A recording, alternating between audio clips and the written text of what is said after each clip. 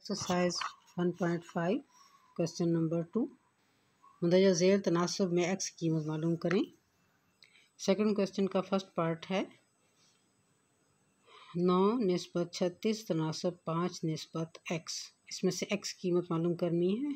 इस आसान सी बात है कि हम तरफैन को आपस में मल्टीप्लाई करेंगे और वस्तैन को आपस में मल्टीप्लाई करेंगे। 9 निस्बत 36 तनासब 5 निस्बत एक्स।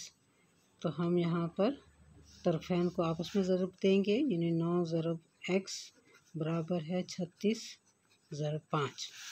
तो 9 ज़रब एक्स 9 एक्स हो गया, 36 ज़रब 5। यहाँ पर हम रफ साइड पे काम करते हैं।